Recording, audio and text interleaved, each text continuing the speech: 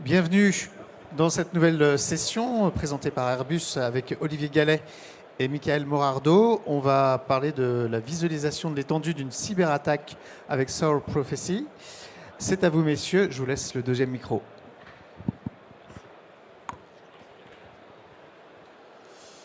Bonjour, merci de nous avoir rejoints aujourd'hui. Donc, je me présente, Michael Morardo, je suis responsable d'une équipe de développement. Parle bien près du micro, Michael. Ah, pardon. Je recommence. Bonjour à tous, merci de nous avoir rejoints aujourd'hui. Donc, je m'appelle Michael Morardo, je suis le responsable d'une équipe de développement et du produit Prophecy que l'on va vous présenter aujourd'hui. Et bonjour, donc Olivier Gallet, responsable des équipes cyberdéfense au sein d'Airbus Cyber Security. Merci du coup d'avoir choisi cette démo. On va vous présenter aujourd'hui notre nouvelle solution donc, qui s'appelle Prophecy au sein d'un cas pratique, parce que c'est quand même plus intéressant, au sein d'un cas pratique qui est plutôt une réponse à incident. Voilà, qui s'inspire de cas relativement réels qu'on a rencontrés avec notre CSIRT. Et donc on va vous expliquer d'abord pourquoi Prophecy, pourquoi on est parti sur cette solution et quelle valeur ajoutée ça apporte aux opérations.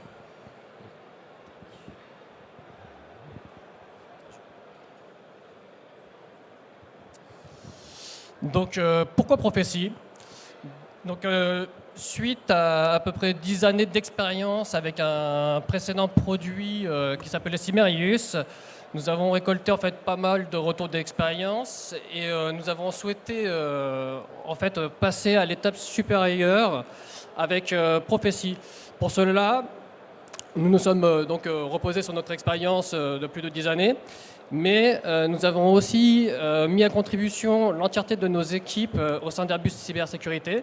Donc l'idée était de développer un produit en interne au départ avec l'entièreté des parties prenantes, que ce soit autant les équipes de développement que les analystes, que les personnes qui déploient des SOC, les architectes, nos ingénieurs en cyberdéfense, d'avoir tous les gens en fait qui ont une vision sur le périmètre métier sur lequel va intervenir l'outil, soit partie prenante dès le départ, dès les premiers coups de crayon en fait, pour que notre solution réponde au mieux à notre besoin et aux besoins du métier.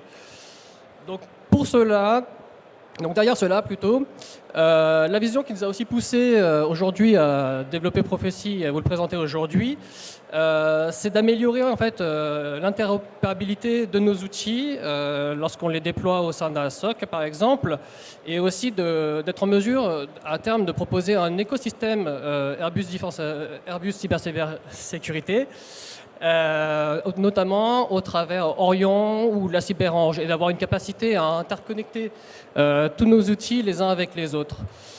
Au-delà de ça, nous avons aussi l'envie de proposer de nouvelles capacités, donc tout ce qui va être automatisation, de nouvelles formes de visualisation et de l'IA, et donc de se servir de cette plateforme comme un socle pour notre innovation à venir. Nous souhaitions aussi proposer un outil qui donne envie. Nous voulions quelque chose d'un peu différent, abandonner des interfaces un peu trop austères et proposer des choses un peu plus modernes, un peu plus intuitives et ergonomiques. Donc on a fait un gros travail sur ce point-là pour que toute personne qui utilise le produit soit plutôt contente de venir s'en servir. Un des autres points qui a été très important pour nous, c'est de pouvoir proposer cette philosophie Bring Your Own Features. L'idée derrière, c'est de dire, plutôt qu'avoir un outil qui potentiellement va bloquer à certains moments les avancées au niveau des projets lorsqu'il va être déployé, parce que vous allez avoir besoin d'une capacité un peu particulière, spécifique à votre projet, c'était de proposer un outil avec une interface relativement, une architecture relativement ouverte, avec un principe de connecteur derrière, pour qu'au sein même de nos projets, on soit en mesure en fait d'apporter des fonctionnalités qui ensuite pourraient être capitalisées au sein de l'outil et redistribuées derrière, soit en interne, soit à nos utilisateurs. Et donc, de là découle aussi la capacité à proposer de l'intelligence dès le déploiement, et donc d'avoir un outil qui, lorsqu'il est déployé pour la première fois, apporte déjà une plus-value. Donc aujourd'hui, nous allons présenter Prophecy. Rapidement, juste pour le replacer, vous le trouverez ici dans un cas relativement classique au sein d'un SOC. Donc vous allez le trouver principalement derrière un SIEM à la réception des différents événements de sécurité. On peut aussi l'avoir derrière un EDR ou un NDR. Il n'y a pas d'attache particulière à une technologie, donc on est relativement non adhérent. Vous pouvez très bien imaginer du Splunk, du QRadar, du Greylog par exemple. Et derrière, l'idée c'est d'être le point central au niveau du SOC, au niveau des différents outils de sécurité. Comme Orion, comme MISP, comme vos CMDB par exemple pour base de données d'inventaire, enfin, tous les outils que vous allez trouver de manière générale, l'idée est d'avoir une capacité à se connecter avec eux, à échanger de l'information, à la récupérer, à la centraliser et à la proposer à l'opérateur de manière claire et lisible. Et ensuite, notamment d'avoir des échanges avec des outils de conduite, avec des vues peut-être un peu plus haut niveau pour tout ce qui va être pilotage des missions. Donc pour cela, on a travaillé 3 axes principaux. Le premier, visualiser, la visualisation. Et donc l'idée, c'est de proposer des nouvelles visualisations sous forme de graphes relationnels, ce qui met en évidence la corrélation que vous allez avoir entre vos différents événements de sécurité assez rapidement et de manière assez évidente. Donc là, le but n'est pas d'être exhaustif, c'est de proposer des visions qui vont vous donner une idée très rapide en tant qu'analyste, en tant qu'opérateur, de si vous observez un élément, un événement qui est quelque chose de nouveau et isolé, ou si vous êtes en train de voir quelque chose qui est éventuellement un cluster d'incidents, et en fait, voilà, un cluster d'événements qui représente un incident. Sur l'aspect comprendre, donc là l'idée c'était à travers une IHM un peu plus moderne, plus agréable, de proposer aussi des moyens de collaborer au sein de l'outil, donc avec un système de ticketing qui est complètement customisable, puisque à peu près tout le monde a une façon un peu différente de travailler, donc plutôt que forcer une façon de faire, on essaye en général d'être le plus ouvert possible, de proposer des solutions qui sont relativement modifiables et customisables pour arriver avec ses propres templates par exemple, et donc d'avoir des moyens d'échanger de l'information, de pivoter entre les événements, de passer d'une alerte à un ticket très facilement, d'un ticket aux artefacts ou aux tags. On a d'ailleurs un système de tags aussi relativement libre que vous pouvez apposer sur tous les éléments de l'application et sur lesquels ensuite vous pourrez pivoter assez simplement. Et enfin, le dernier des 3 axes, l'automatisation. Donc effectivement, on remarque qu'on a souvent beaucoup de tâches assez répétitives qui méritent d'être automatisées. Et pour cela, on propose un système de workflow ou playbook qui vous permet donc d'avoir un ensemble de tâches et de connecteurs que vous pouvez associer les uns avec les autres pour créer des chaînes de process relativement complexes. Donc là, en exemple, vous pouvez voir que vous êtes en mesure de paralléliser plusieurs actions, d'avoir des points de synchronisation et d'avoir aussi des arbres décisionnels, des points où vous allez pouvoir faire une branche ou une autre. Alors. Donc là, très rapidement, en images, pour vous présenter les principaux éléments de Prophecy. Là, vous avez la vue des alertes. Vous retrouverez à peu près le même fonctionnement, c'est-à-dire soit une liste, soit un Kanban comme les tickets ici, où vous aurez vos éléments centraux que vous pourrez consulter, et sur la droite, un petit aperçu qui permettra de voir rapidement ce qu'il y a à l'intérieur. Vous avez aussi les moyens d'aller voir plus en détail l'entièreté des informations. C'est pour vous donner un peu un feeling de l'application et de ce à quoi elle ressemble. Comme ça, lorsque Olivier va présenter la démonstration, vous auriez une meilleure idée du déroulement de celle-ci. Alors, du coup, on va passer sur un petit cas pratique, mais peut-être qu'avant, on peut demander l'avis du public sur l'enthousiasme que suscite Prophecy. Alors, monsieur, par exemple, sur une note de 1 à 10, pour l'instant, vous le sentez comment, la solution? C'est un peu dur, mais je dirais 7. 7, c'est pas mal. Bon, on va essayer de faire monter un petit peu la note avec un cas pratique pour essayer d'illustrer comment Prophétie peut vraiment servir à un analyste à rapidement en fait, trouver l'aiguille dans la botte de foin. Donc, on va partir en fait sur un contexte avec une attaque sur un hôpital. Hein. C'est quand même une cible aujourd'hui qu'on retrouve dans beaucoup de cyberattaques. Et on se rend compte effectivement que les impacts peuvent être assez dramatiques et que les hôpitaux sont malheureusement pas forcément les mieux protégés en termes de cyber. Alors, on a choisi au hasard l'hôpital Velpo, qui est un grand centre de soins, donc avec des données confidentielles de patients, des examens et des opérations en cours et à venir. Donc, c'est un hôpital assez classique. Et donc, le démarrage en fait, de notre investigation va se baser sur un signalement de médecins qui remontent qu'il y a des fichiers de patients auxquels ils ne peuvent plus accéder, des plannings d'opérations qui sont illisibles, et notamment sur le partage de fichiers. Voilà. Mais on va essayer de voir que finalement, c'est peut-être que l'arbre qui cache la forêt. Et on va voir comment Prophétie nous aide à savoir ce qui s'est passé avant et ce qui peut être en train de se passer en ce moment. Donc en fait, on part assez classiquement, hein, donc quand on fait des simulations sur notre plateforme CyberRange Airbus, pour modéliser un SI, et du coup, effectivement, donc on a reproduit complètement une attaque de type APT, hein, de kill chain. Donc vous voyez en fait, effectivement, finalement, tout à l'heure, la topologie de l'hôpital. Donc là, on va partir sur l'analyste, son point de vue, qui finalement est dans le cadre de l'interface de gestion des incidents, et qui va pouvoir voir les nouveaux tickets qui ont été créés. Et en réalité, donc il y a plusieurs tickets qui sont présents, mais il y a un ticket qui va attirer notre attention. Donc on a dit qu'il y avait des fichiers qui étaient illisibles sur le partage, et on voit effectivement qu'il y a un ticket sur une exfiltration de données.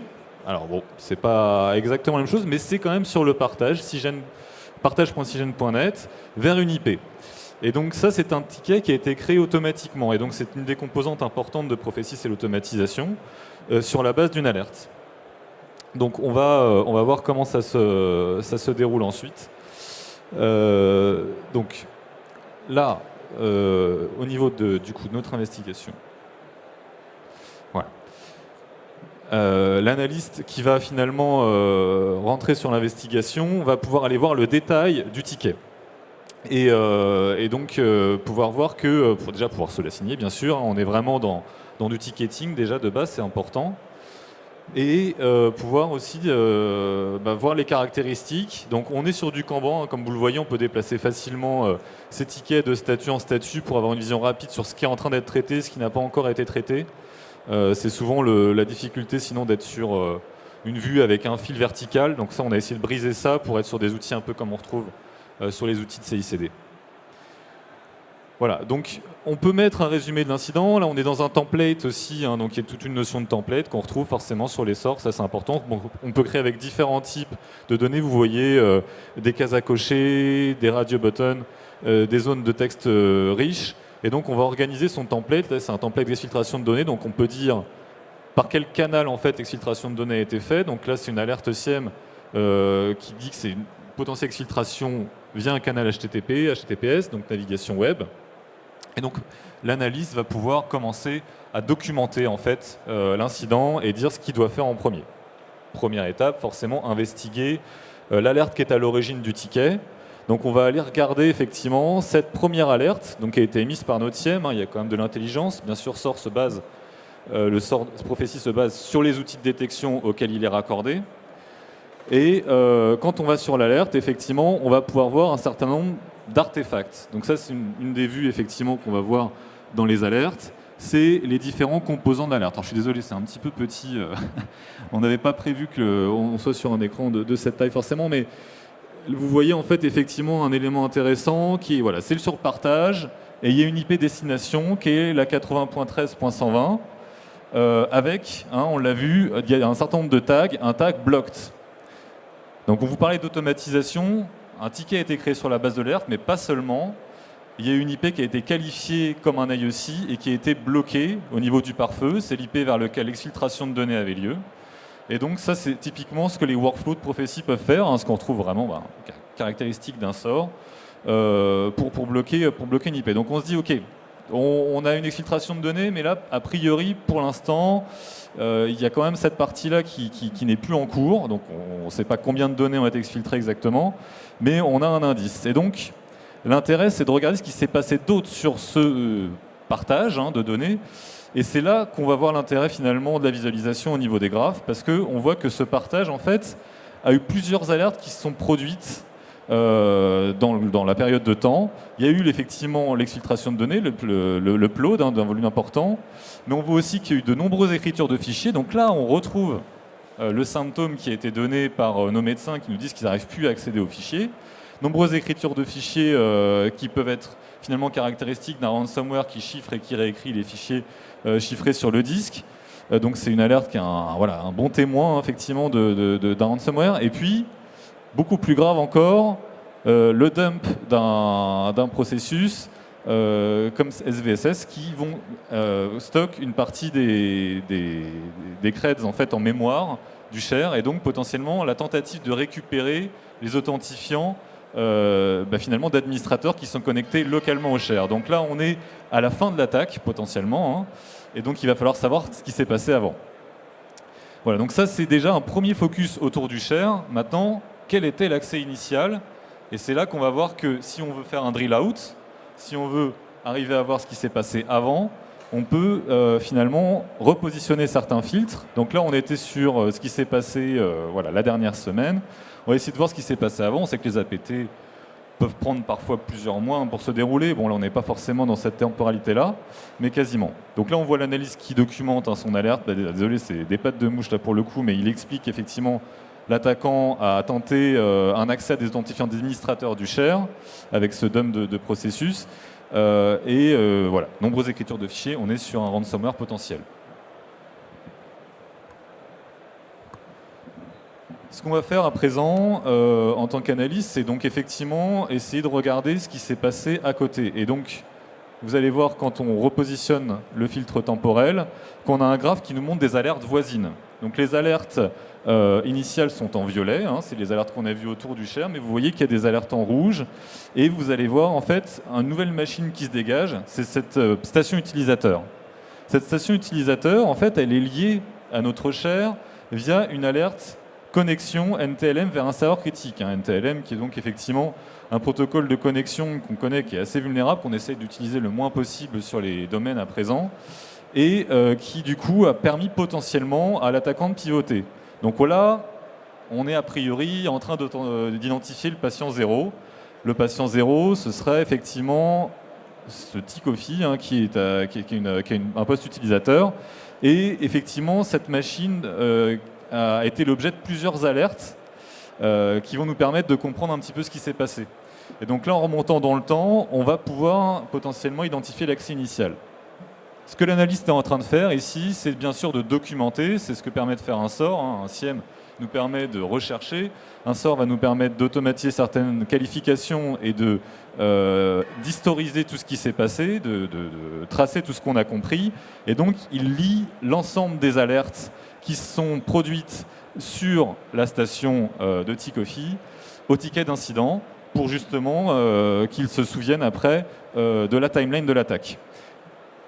Donc ces différentes alertes, effectivement, il s'agit de connexions suspectes vers l'extérieur, vers une autre IP. On était vers la 80.13 pour l'exfiltration, là maintenant on est sur la 162.13.151. Il y a eu le téléchargement d'un exécutable sur Internet. C'est pas forcément une alerte, un signal forcément très fort, mais on peut quand même se demander ce que c'est que cet exécutable. Et donc cet exécutable, on voit, c'est un install.exe. Bon, voilà, c'est assez curieux comme nom de fichier, c'est pas terrible, ça peut nous parler. On va le retenir et on va l'épingler comme on a pu épingler sur le volet de droite tous les éléments qui nous ont intéressés pour l'instant, l'alerte initiale, le ticket initial, un artefact. On peut épingler aussi la machine en tant que telle. Et on refocus du coup à présent sur finalement la machine Workstation T-Coffee. Donc on voit que les alertes passent en violette, c'est les alertes qui concernent notre recherche qui est ici, c'est de la recherche Lucene, c'est classique, on peut mettre host, deux points, effectivement la valeur qu'on veut, et on voit les alertes voisines maintenant qui sont au niveau du partage Cygène. Et donc effectivement l'ensemble des alertes avec aussi des commandes de découverte réseau qu'il y a eu à partir de cette machine. Et dernière alerte intéressante, on voit qu'il y a un email suspect justement sur le compte qu'a reçu le compte T-Coffee. Donc ça, cet email suspect, vous allez dire, bon, email suspect, qu'est-ce que c'est que ça? Bon, ça, effectivement, dans l'alerte, c'est une pièce jointe qui a été analysée comme malveillante par la sandbox Orion Malware. Et donc ça a généré une alerte aussi. Donc on voit que cet utilisateur sur cette machine, qui est a priori le patient 0, a bien reçu une pièce jointe malveillante initialement. Et donc là, vous avez finalement toute la timeline une fois qu'on a attaché nos alertes à nos tickets qui nous permet de dire l'utilisateur avait reçu effectivement une pièce jointe suspecte. Il a ensuite téléchargé un exécutable sur un site de Waterholing et effectivement, ensuite, il y a eu une communication C2 qui s'est mise en place. Communication C2 qui s'est mise en place à partir finalement d'un binaire qui s'appelle install.exe. Bon, install.exe, vous l'avez vu tout à l'heure, c'était le fichier qui a été récupéré par Internet. Il établit de nombreuses connexions vers une IP, 162.13. A priori, c'est une communication C2. Qu'est-ce que va faire l'analyste? Il va bloquer cette communication C2, il va bloquer l'accès initial à l'attaquant pour empêcher l'attaquant de reprendre finalement le contrôle sur le parc. Il avait eu son exfiltration qui a été bloquée, mais il avait encore une patte dans le SI. On vient de lui couper cette dernière patte qu'il avait dans le SI, et donc on a pu complètement couper l'action de l'attaquant, a priori. Mais donc, voilà.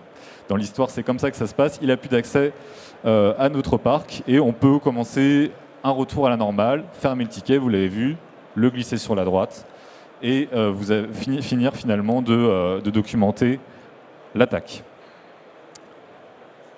Voilà, donc vous voyez que grâce au graphe, en fait, on a vraiment pu rapidement pivoter entre tous les artefacts de ces différentes alertes qui, a priori, si on les avait affichés en liste comme ça, auraient été difficiles à rassembler. Hein, vous l'avez vu tout à l'heure, Mickaël l'a présenté, on avait énormément d'alertes dans le bac à alertes.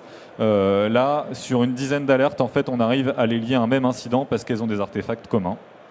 Bien sûr, ça demande un petit peu d'hygiène dans le parsing, dans la normalisation au niveau de son SIEM, mais c'est comme ça qu'on arrive Pardon, excusez-moi, j'ai pas lancé la vidéo. Voilà. Donc là, je vous ai fait un petit résumé, je ne vais pas forcément vous la refaire en entier, mais en résumé, grâce à Prophétie, on a pu découvrir le chemin de l'attaquant. Donc là, vous avez les différents artefacts qu'on a commentés tout à l'heure, l'utilisateur, les différents binaires, les IP qui ont été bloqués. Et puis, surtout, on a pu avoir une première coupure de l'exfiltration automatique grâce au workflow. Et enfin, une action de réaction grâce à l'interface, de blocage d'IP aussi, pour que l'analyste puisse finalement rapidement répondre à l'incident et contenir l'incident. Et donc, notre fameux hôpital Velpo.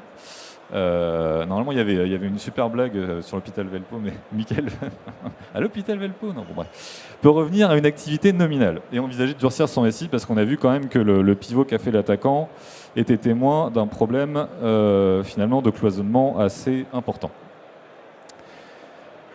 Voilà. Là, je vous raffiche juste le graphe, hein, donc effectivement avec les différentes machines, l'accès initial, les différentes étapes, le spear phishing.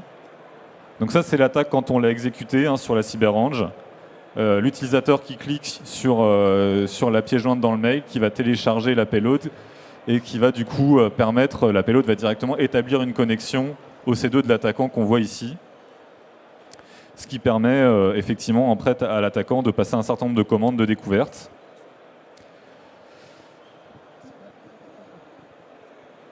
Et ensuite de pivoter sur le share, et effectivement, comme on le disait tout à l'heure, de faire l'exfiltration, de chiffrer les fichiers pour les rendre inaccessibles. Voilà. Bon, une attaque qui est relativement classique, mais relativement complexe à mettre en place quand même dans la vraie vie et qui comporte quand même un certain nombre d'étapes qui ont été reconstituées dans le graphe que vous voyez au-dessus.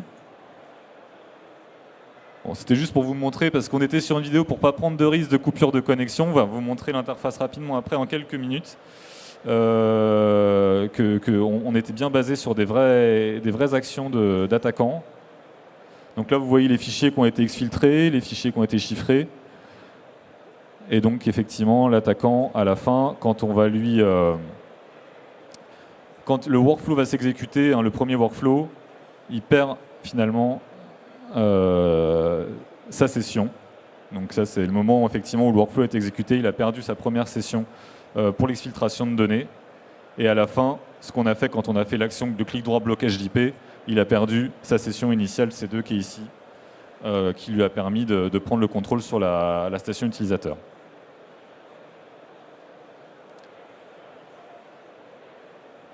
Voilà, démonstration technique. J'espère que vous avez su malgré la taille de l'écran et que ça vous a montré les capacités de prophétie dans un contexte opérationnel. En tout cas, ce qu'on voulait rappeler du coup sur Prophétie, c'est que c'était une solution qui était intégralement développée, supportée et maintenue en France et nourrie en plein air aussi, c'est important, et au grain. Non, et c'est donc avec une interface épurée et intuitive. Donc ça, vous l'avez vu, on a essayé vraiment d'être plutôt dans le less is more, donc de ne pas vraiment en mettre trop devant l'analyse pour qu'il n'ait que ce qui est utile à lui. Qui est ouvert et personnalisable, on peut créer énormément de templates et de workflows différents comme on le souhaite. Donc ça, c'est important. On peut apporter ses propres fonctions, comme l'a dit Mickaël, ses propres connecteurs. Les standards de données pour recevoir des données sont vraiment très libres. On est basé sur du Logstash en entrée qui nous permet vraiment de recevoir tout un tas de choses avec une base de données qui est très ouverte en termes de modèles. Et donc conçu pareil pour des analystes. Et on est à un tarif qui est compétitif. Vous allez avoir potentiellement finalement un tarif, pour ceux qui connaissent, il peut y avoir des questions qui est potentiellement inférieur à The Hive et finalement qui va être en termes de fonction va se rapprocher plutôt des leaders du marché. Voilà, donc c'est ce qu'on essaye de viser aujourd'hui sur des SOC plutôt dédiés, des SOC qui se gèrent eux-mêmes, pas forcément des gros SOC multitenants pour commencer. Et on l'utilise sur plusieurs de nos projets aujourd'hui avec succès et sur des projets d'innovation.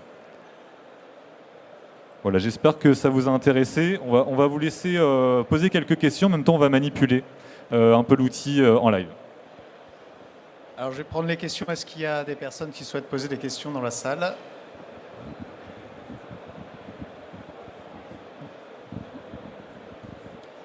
Bonjour. La question que j'avais, c'est par rapport à Prophétie. Là, on a vu qu'il a pu faire pas mal de choses, mais il est basé sur un SIEM. Est-ce que Prophétie seul, il aurait pu détecter l'exfiltration et aussi bloquer l'IP, pas seulement d'exfiltration, mais de la personne qui a pris la main? Je ne sais pas si c'est clair. Alors, Prophétie, comme je le disais, est vraiment entièrement basé sur les composants de détection. C'est un SOR, il n'a pas de composante de détection en tant que tel. Donc il va se baser sur les capteurs directement ou un SIEM en tant que tel qui a fait de la corrélation pour avoir les informations après derrière vraiment de signaux forts qui vont lui permettre d'agir. Après, il va en faire de l'enrichissement. Voilà, c'est ce qui lui permet vraiment d'apporter de l'intelligence supplémentaire. C'est que on l'a vu très rapidement tout à l'heure, on va pas le remontrer tout à l'heure aussi, c'est qu'il va pouvoir intégrer un certain nombre de bases de connaissances ou de bases de threat intelligence. En l'occurrence, là, il avait interrogé MISP pour qualifier la réputation, en l'occurrence, d'une IP et se dire, bah là, comme j'ai une alerte et en plus qu'elle c'est sur une IP que je connais comme malveillante, je vais aller plus loin que ce qu'a fait le SIEM, c'est-à-dire que je vais être proactif, je vais bloquer cette IP parce que j'ai la main sur les pare-feux qui permettent de bloquer finalement cette connexion ou sur le proxy, en l'occurrence. Donc, il est basé sur les SIEM. Il n'y a pas d'agent ou de connexion directement vers les systèmes, que ce soit Exchange ou des choses comme ça? Alors, il va y avoir des connexions au niveau des scripts de réaction, mais il n'y aura pas d'agent directement installé sur les machines. On va potentiellement pouvoir être... Là, on développe des connecteurs avec AirFanglab. On a des connecteurs qui sont développés avec Orion Malware, avec un certain nombre de SIEM, avec Splunk, avec Greylog, etc. Ça, c'est plutôt pour la détection, mais pour l'enrichissement aussi. Mais pour la réaction, voilà, typiquement avec aussi Storm Shield. Voilà. Merci. Je vous en prie. Une autre question? Merci. Bonjour. Comment vous vous positionnez par rapport aux autres acteurs franco-français du marché? Je pense à The Hive qui est open source. Tu veux répondre Alors, pour The Hive qui est open source, en fait, aujourd'hui, c'est un outil qu'on a utilisé aussi dans plusieurs cadres, hein, donc on le connaît très bien. Et on a effectivement éprouvé aussi ses limites du coup. Donc c'est pour ça qu'on a choisi de partir vraiment avec notre propre solution, parce qu'aujourd'hui, même si on voit que The Hive continue à progresser, il lui manquait l'orchestration. Typiquement, il lui manquait cette partie workflow qu'on ne voit pas du tout parce que j'ai pas dupliqué mon écran. Excusez-moi. Je me disais, je suis en train de montrer des trucs super, mais en fait, je me les montre qu'à moi-même. Voilà. Donc la partie orchestration, la partie automatisation et la partie visualisation aussi, hein. C'est vrai que dans The Hive, on est vraiment sur des tickets très statiques, des alertes très statiques. On a ce problème qu'on avait en toute humilité avec notre solution précédente, qui est encore en œuvre chez beaucoup de clients, qui a des avantages aussi, mais qui s'appelle Simerius, c'est-à-dire vraiment une gestion très linéaire en fait des alertes. Là, on est dans cette partie graphe avec un modèle de données beaucoup plus ouvert qui nous permet finalement d'être beaucoup plus agile dans les pivots et dans l'investigation. Voilà, donc par rapport à The Hive, nous, les retours qu'on a, que ce soit de mon équipe, des équipes des SOC ou d'innovation qui commencent à l'utiliser, c'est qu'ils trouvent beaucoup plus agréable effectivement de construire dedans et voilà, de s'en servir au quotidien. Alors on a peut-être un peu de temps pour une dernière question, si quelqu'un souhaite poser sa question. Personne? Très bien, merci. Avec plaisir. Vous pouvez applaudir. Rappelez-nous votre stand pour vous voir. Vous avez le numéro de stand pour vous voir? Pardon, le numéro de Numéro de stand. Vous l'avez pas? Bon. C'est quoi notre numéro de stand? Elle est pas là, Elisata. Numéro de stand Bon, les copains Airbus. vous trouverez sur le plan. C'est ouais. pas. Le stand Airbus, il a un gros logo Airbus Voilà. bleu en hauteur. Il se voit de loin. Vous nous trouverez facilement. Voilà. Merci. Merci beaucoup, merci d'être venu, d'avoir assisté à la démonstration et n'hésitez pas à passer à nous poser d'autres questions.